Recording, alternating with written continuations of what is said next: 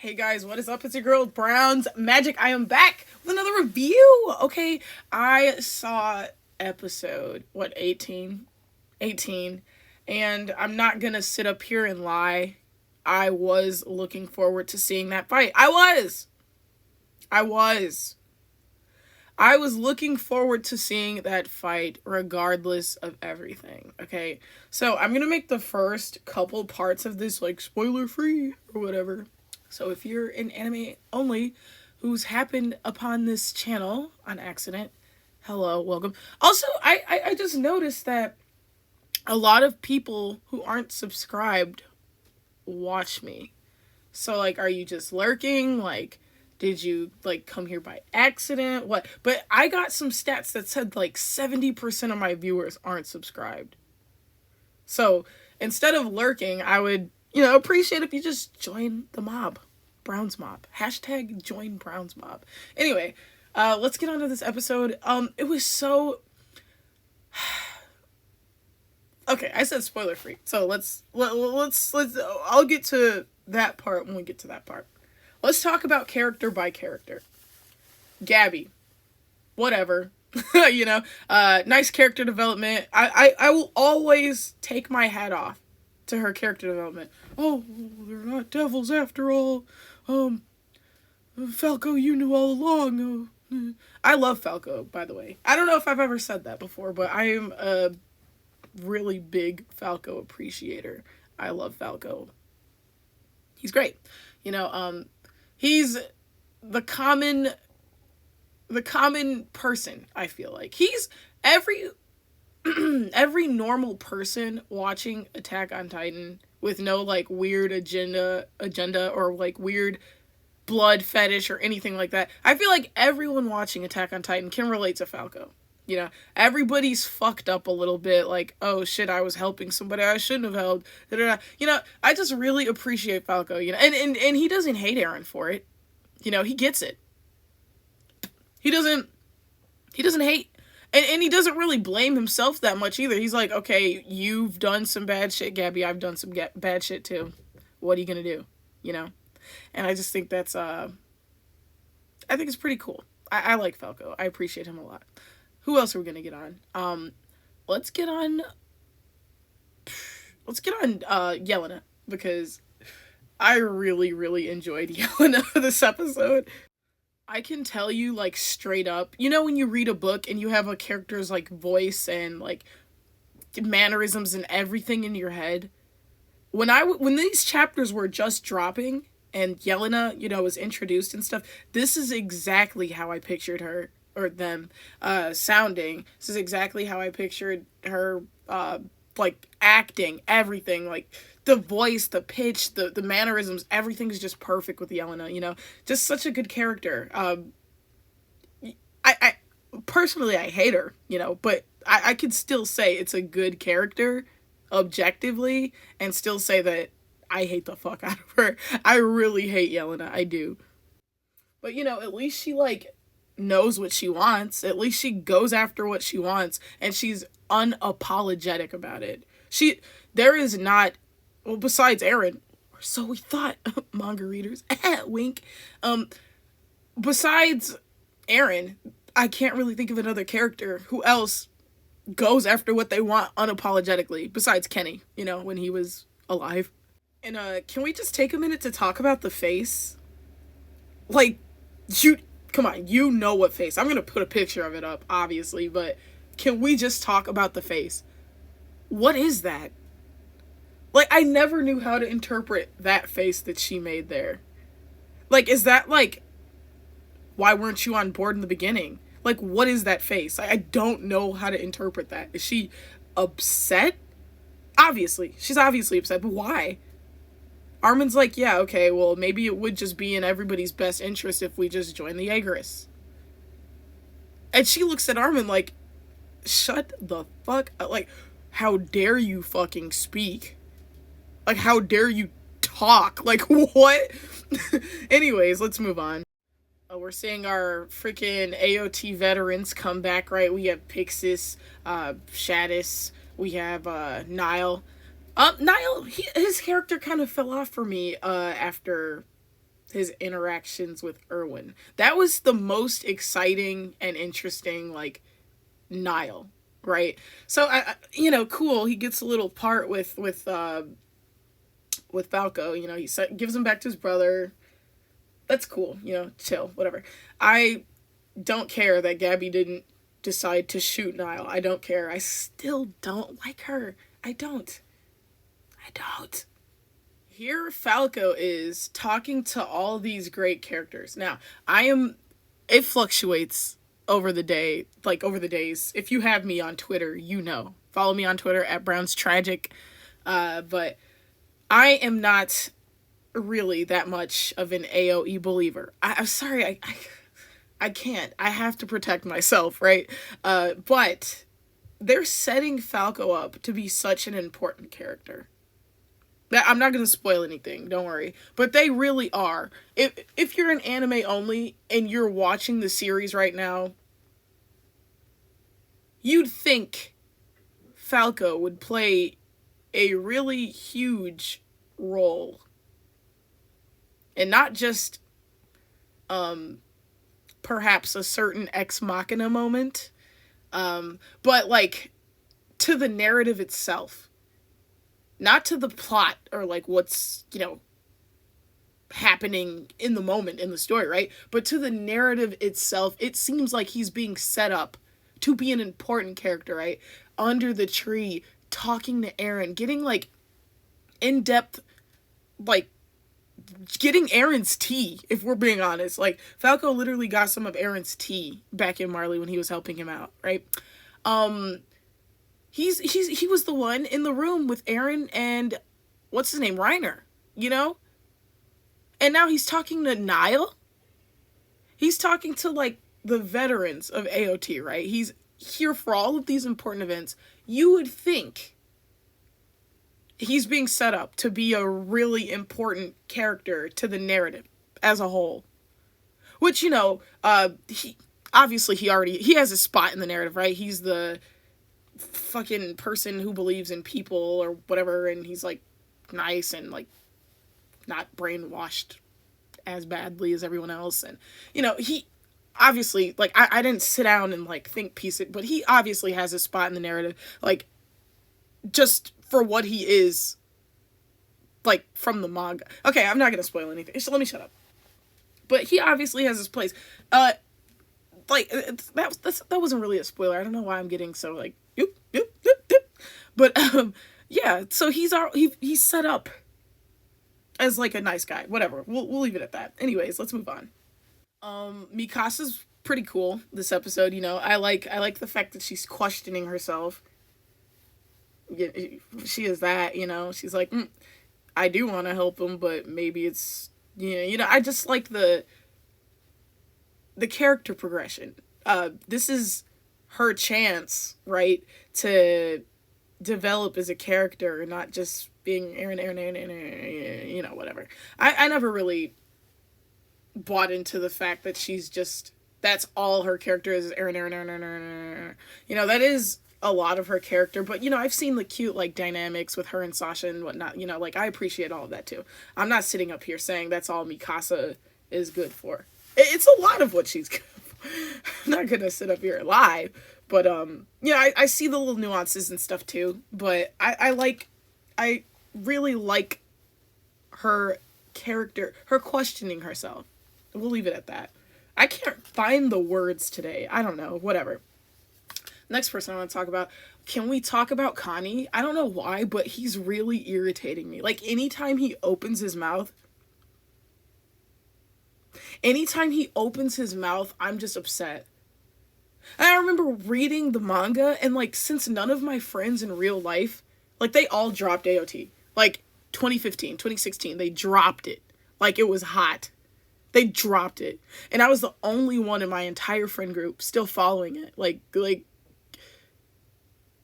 just following it. Like, I was like, I can't put this down. Even if I want to put this down, I couldn't. So, yeah, like, I remember these chapters coming out, and I'm just being like, why do I hate Connie a little bit?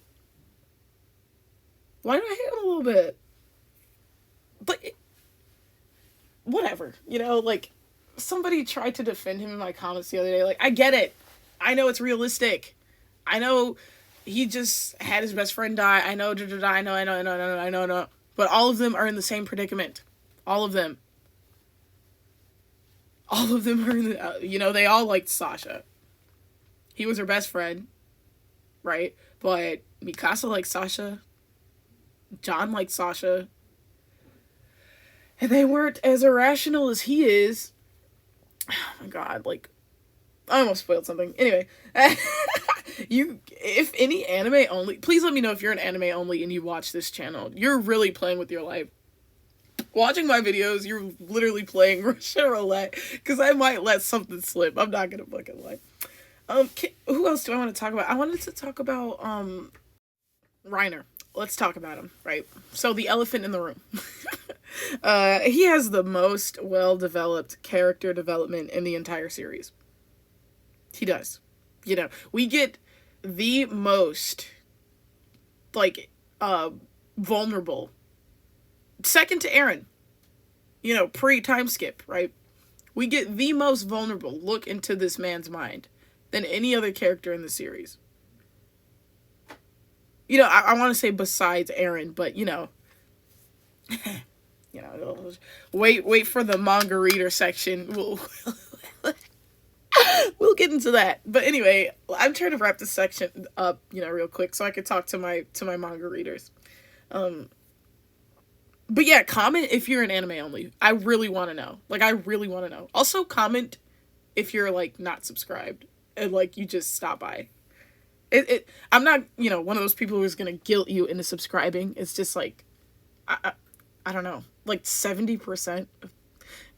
That's a really high number of people who are, it's a high number. Anyways, back to Reiner. He's being set up as this Helos or whatever character, right, that was in the Tiber legend and whatnot,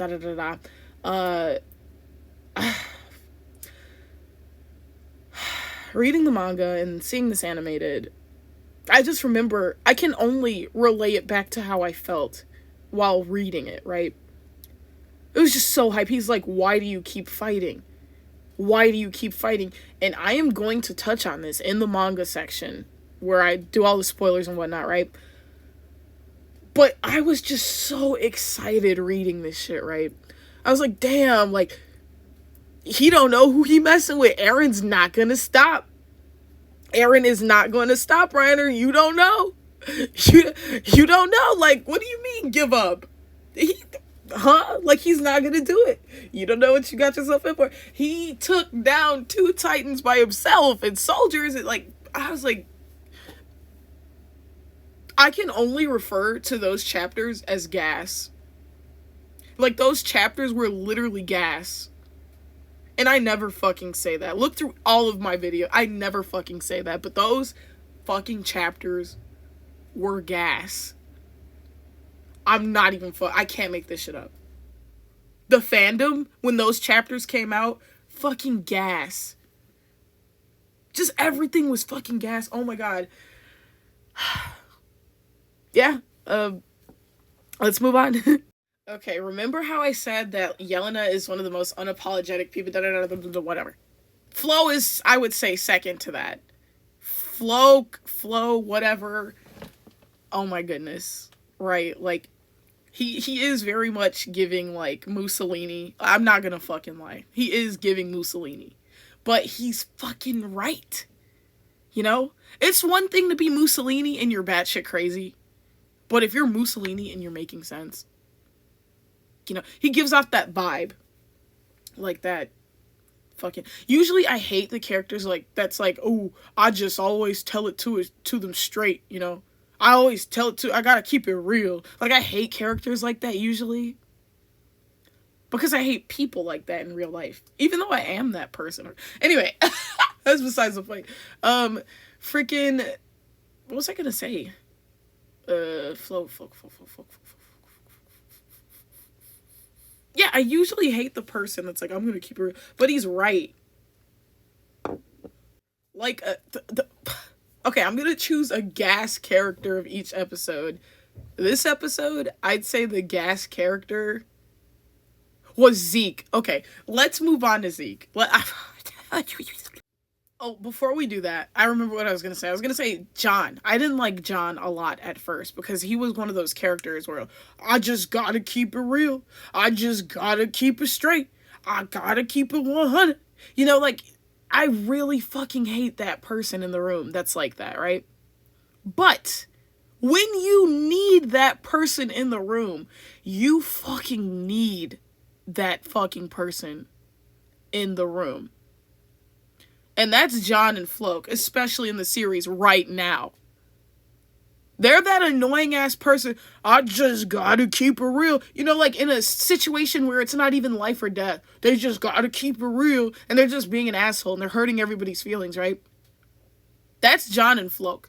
But in a situation like this, where we need somebody to keep the shit real and like think and like, you know, be able to play the devil's advocate and look at all the different perspectives and like, you know, and say the unpopular thing. Yeah, it's unpopular, but it needs to be heard, you know? Like, characters, John, Floke, characters like that, period. They're literally carrying shit this season, right?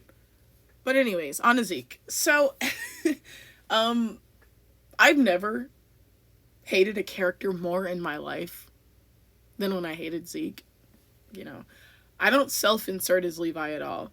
But you just can't not feel bad for the guy. You can't. You can't walk away from this series not feeling like this entire series did Levi wrong. Because it did. Levi deserved so much and he got literally nothing. He got nothing. Zeke hated him to death. You know, like he wiped out the rest of the Survey Corps, right?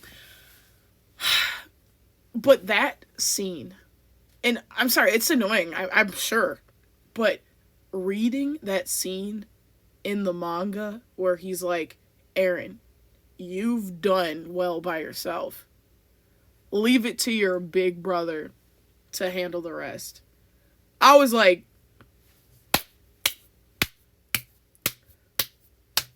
look, even Eren was like, huh? He was like, what? But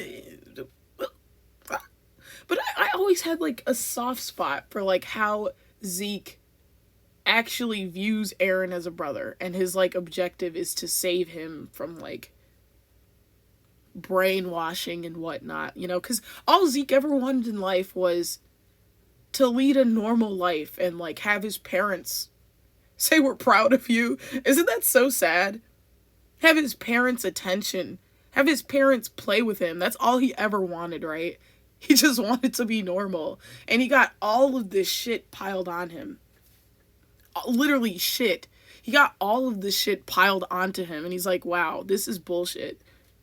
And he thinks that, hey, you know, once he finds out about Eren, he's like, okay, well, I have a brother out there who went through what I went through. Let's connect. Let's have a relationship. Like, you can tell he wants a relationship with Eren. And that's the saddest fucking part, because not gonna spoil. Now, something I wanted to touch on briefly was my man Porco, or Galliard, whatever the fuck, really took a fucking, like, he took it for the team. He really took all the hits. Like, he really was the punching bag of the episode. I just briefly wanted to bring up that this is my favorite shot. It's just beautiful. Like, it's brilliant. It's a brilliant ass shot. Moving on. Sorry, I'm just still thinking about how bad Porco got it this episode. Alright, that's it. That's safe for the anime onlys. Let me get in on this bullshit, because like, my head is in my hands right now because I'm just so fucking disappointed. So, I'm at like 30% like hopeful of AOE, right? 70% doom. However, if AOE were to happen, right, like, people are now paying attention to every time Eren's eyes glow green, right? Some people have theorized that that's when Ymir starts controlling Eren. Other people have theorized, that's people who believe the ending is, correct or whatever the fuck, or, that is the end and that's the rightful end, and da-da-da. Ymir controlling Eren, his eyes turn green. And there's the other side that believes that when his eyes turn green, that's the Eren from the future and the past, whatever the fuck, it's really confusing. The future Eren, basically, controlling current Eren's actions to bring him to, quote, that scenery, right? I don't know which one I believe. I don't fucking know. But there is something so begrudgingly uncomfortable about seeing Eren's resolve now. Right? There is something so dissatisfying, distasteful. Without the ending of the series, I would be fucking howling at Eren's resolve, right? When Annie kicked down the tunnel or whatever the fuck, and the stick was in his chest, right? And Eren's gurgling blood, and he's spitting it up, and it's spurting out of his chest, and he's like, I gotta get up and fight. I was howling. Like, dead ass, I was howling. And then we have this fight with Reiner. Reiner's like, give up. Just go to sleep forever. You've suffered enough. We've all suffered enough. And Eren's like, no, blah. You just see him go fucking off. And you feel nothing now. You feel nothing. Because he's doing this all to get to a result where Mikasa makes some choice and Ymir decides if that choice was right or wrong. That's why he's doing everything. And people want, especially in people's hour 30-minute video essays, they want you to believe that the entire series after Eren kissed his Historia's hand, that he's getting visions of, like, I just don't even want to talk about it. I just don't even want to talk about it. It's predestined and like, literally, I just can't. Like, you cannot get the same effect knowing the end result. So if AOE is not going to happen, these are some of the most meaningless. Like, I already felt nothing. Yeah, you know what I did feel? Nostalgia for when I didn't know the end. That's what I felt when I was watching that scene, when he was like, and then he tears Reiner apart, right? I was like, remember when I thought this was all going somewhere? Like, remember when I thought, like, Eren had a, like, fucking plan? Like, remember when I thought he had his own resolve and free will, and this was him going against the grain? Nope. This is either Ymir controlling him, or him bowing down and accepting some fate or path or whatever the fuck you want to call it. Sorry, I just burped. It probably sounded horrible on the microphone. But yeah, I don't like it. I don't like seeing that. It feels so uncomfortable. Was that my only frustrations? Oh, did you guys notice the bird cage? Was that in the manga? I don't remember. So somebody tell me if that bird cage, because in the room where Falco, Gabby, and whatever the fuck Colt were hiding, there was a lot of bird cages. And there was one bird cage on the floor, and it was open. And Falco looks at it. And if we're to assume everything's intentional in this story, which we know by now that it's not, right? Historia plotline. Hello. If we freaking assume everything's intentional, that bird cage means something. But remember, as I told you guys, I'm not good with theories. Oh, unless it's just Falco's gonna fly. Falco's gonna be a bird. Falco's gonna fly. If that's all that bird cage means, I regret bringing it up. Last thing I want to say. I give this episode a, like, 7. Okay, an 8 out of 10. But with Okay, without context. Within the context, nothing can get above a 5 for me.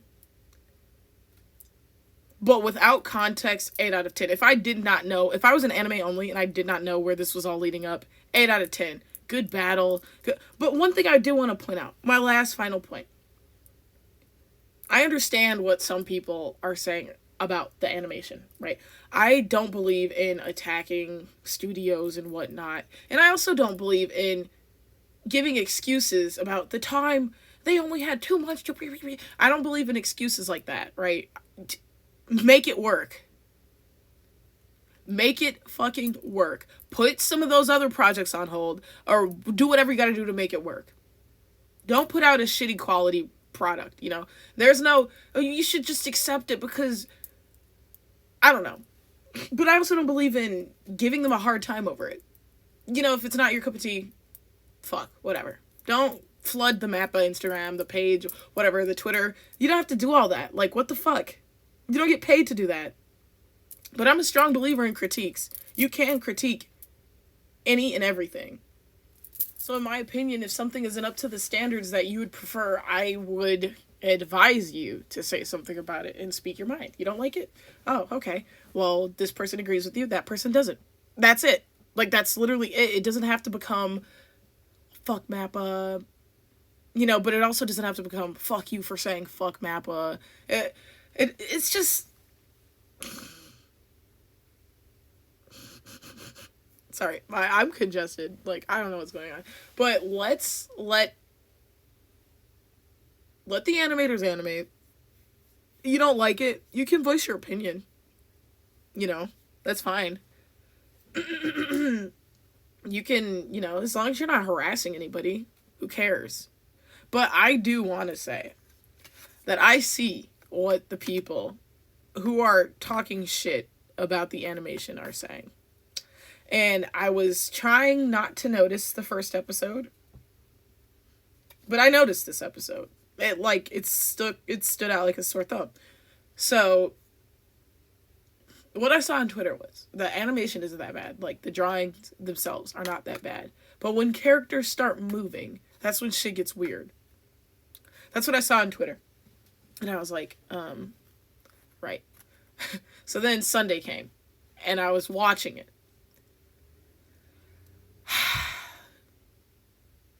And then the scene where they're running up the stairs. Where the 104th are running up the stairs to save Aaron. I was like, what the fuck? And there's another scene where, freaking Reiner, Aaron throws Reiner and he looks like a fucking toy. He looks like a fucking action figure. And like, in a comical way, not like a fight like, damn, he bodied him, he looked like a fucking toy. No, he looked like a fucking, like, Crimson Chin action figure, like, from Timmy Turner. Like, that's what he looked like. Like, you know, I think Mappa's doing a good job. I do. Like, if I had to rate their animation, I would give it an 8 or, like, 9 out of 10. So I'm not saying anything about that. But there were certain spots where I was like, Jesus Christ. You know, and I animated something once. I know how hard it is. It's hard as a bitch. It's hard as fuck. So props to them for making it look that good. I couldn't pull that off, you know? But goddamn, like the scene when they were running up the stairs. And then when Aaron, or the Beast Titan, somebody, I think the Beast threw rocks at him. Maybe that was it. Or Aaron threw him. I don't know. He looked like the Crimson Chin action figure. And I was like, wow, that's no good. But besides those two things, the animation was smooth for me. Smooth. So those are just two things. You know, two things can be true at once. I saw some shitty animation spots, but I also saw some really good shit, right? And I believe in speaking opinions. I do. I believe in, like, letting your opinion out there. If you didn't like it, talk about it, vent, you know, let it out. I think we should all allow people to do that. You don't have to, you know, drag them to filth. Or it doesn't have to be that serious. But anyway, I'll see you guys next Sunday. Again, follow me on Instagram. I'll be back, and I'll see you guys then. Bye.